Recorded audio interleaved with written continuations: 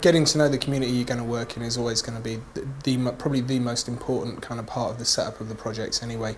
The thing that you really need to avoid is being seen as a project that's being parachuted in to kind of to come and sort of save the world, if you know what I mean. It's really about going out there. In terms of actually getting to know the community, there's a number of mechanisms, and it will really depend very much on what's happening in your locality. I think you need to really kind of do a bit of a mapping exercise to start with. Kind of find out who's working within the community, whether it be, there may be community workers, tenants and residents associations, existing youth clubs, existing schools, projects, play service. There's a range of agencies that might be working in the neighbourhood that you're working in, and a lot of that will really be a case of what's happening locally. There won't be a kind of preset order of people you need to talk to.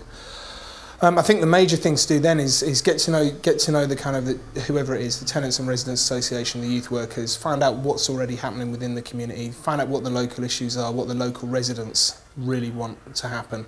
I think that those are the kind of things you need to be looking at initially. And then once you've sort of got a fairly good picture of what the level of provision already is, what the local issues are, it's really about going out and working with the young people, working with the other agencies to make sure there's a good joined up approach, so you're not kind of duplicating work across the area. And I guess the way to do that really is you need to be going out, you need to be doing your outreach work with the young people. Questionnaires might be an option, kind of some kind of a survey or whatever, but to be honest, a lot of the young people are probably, you know, especially if they're in a regeneration area, are probably surveyed out by this stage. So really it's a case of go out, do your outreach work, come to the youth workers, set up a project that responds initially to the local need, and that's probably as good a starting point as you can have in terms of setting up the programme. I think there's probably two answers to what potential barriers you may face, and some of them will be around the young people and some of them will be around the other agencies that you're working with. I think potentially if you're working with broader community groups, you may well find that you have problems in terms of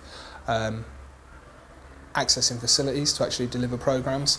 You may find a certain amount of, hostility is probably the wrong word, but a certain degree of suspicion, especially from workers that maybe have been working on the estates for a while. People may be a bit fearful that their own jobs may be on the line if a new project comes in. I think that in terms of, and I guess also the other thing you need to take into account is that people are going to have different expectations. You know, the Tenants and Residents Associations may be expecting one thing from you, the youth service may be expecting another, the local football club may be expecting another.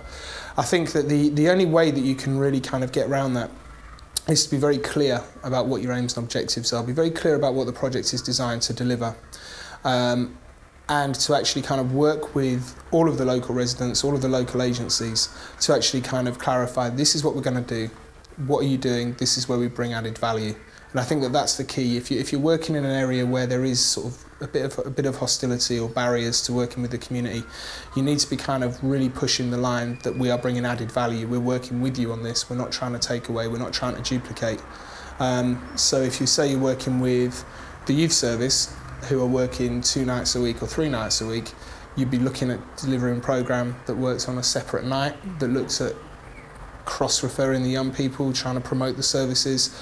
So I think that there are a few barriers that you have working within the community groups and the local agencies that are there. I think the other sort of side of the barriers that you may face is about how young people are going to perceive you, especially if you are an outsider, you know, in inverted commas, if you're an outsider to that community. That can be slightly more problematic. Quite often, I've seen it happen where it's been quite successful, where new workers will work alongside existing agencies for a short while so that people get to know their faces and get to know the work there. Maybe invest in some joint project work, which raises your profile as an individual.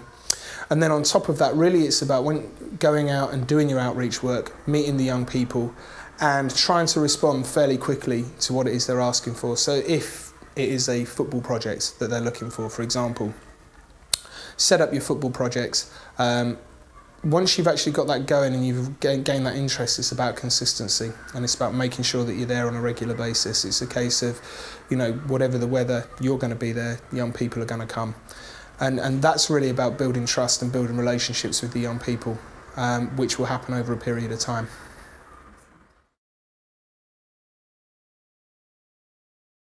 From my practical experience, the kind of problems that we quite often find in terms of setting up a Positive Futures programme, the challenges then that we would find setting up a Positive Futures programme would really be around accessing facilities. Traditionally, these projects are set up in areas where there maybe isn't that much going on, there isn't much of a sporting infrastructure. So it's identifying an appropriate facility. There's also going to be problems, I think, for some projects around staffing levels and how they actually engage, because there isn't always a huge amount of money in Positive Futures. And I think the third one, really, the big kind of challenge that's faced by a lot of Positive Futures managers would be around where they can access funding, where their further funding is, actually developing a forward strategy for the programme, which I guess comes after the setup and the project bedding down, but it's definitely a challenge of working with your local drug action team, working with your local youth offending team, local authority, local sports club, whoever, to actually kind of make sure that the sort of practical benefits of Positive Futures continue after the initial 2 or 3 year lifespan of the project. I think in terms of making the process of working in a community that little bit easier, one of the most effective tools is going to be using a steering group, and a steering group that will represent the local community. So representatives from tenants and residents associations, maybe ethnic minority representative groups, from your local statutory sector, youth offending team, youth service.